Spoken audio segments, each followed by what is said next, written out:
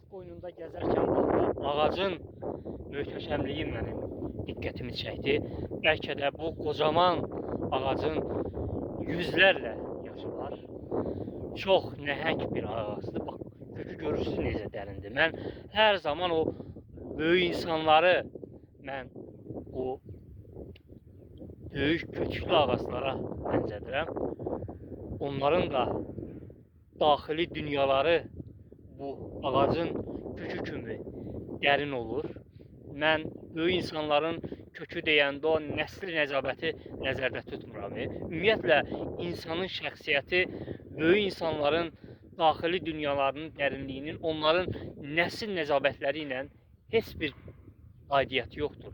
İnsan şəxsiyyət olaraq, fərd olaraq özünü yetişdirir. Yəni, insan olar ki, onun şəxsi nəcabəti çox da zəngin olmaz, dərin olmaz. Hətta çürük olar. Amma insanın özü, bax, bu ağacın əzəməti kimi əzəmətli olar, böyük olar. Çünki o insan fərd olaraq özünü yetişdirir. Ümumiyyətlə, böyük insanlar nəsli nəcabətlərində olan hansısa bir çürük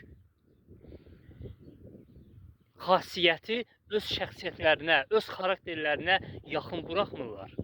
Onların o böyük düşüncələri, dərin daxili dünyaları onların nəsil nəcabətlərində olan o çürüklükdən onları qoruyur, mühafizə edir. Bax, ona görə də çalışın daxili dünyanızı bax, bu ağacın kökü kimi dərin olsun. Mən vaxtımın çoxunu təbiət qoynunda keçirirəm. Dağlarda demək olar, tək tənha gəzirəm. Kitablarımı da dağlar qoynunda yazıram. Bütün əsərlərimi mən dağlarda yazıram. Məndən kitablarımı demək olar, Azərbaycanda indi ən çox oxunan yazıçılardanam mən.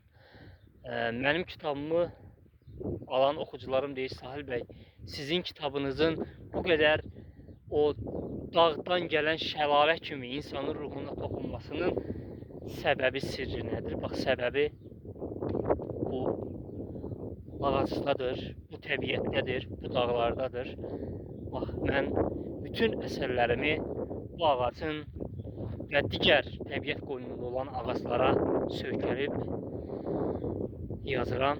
Mənim qələmimdən kağıza tökülən bütün sözlər təbiətin, bax, bu saf, təmiz havasından, təbiətin bu əzəmətindən, bu ağacların əzəmətindən gəlir.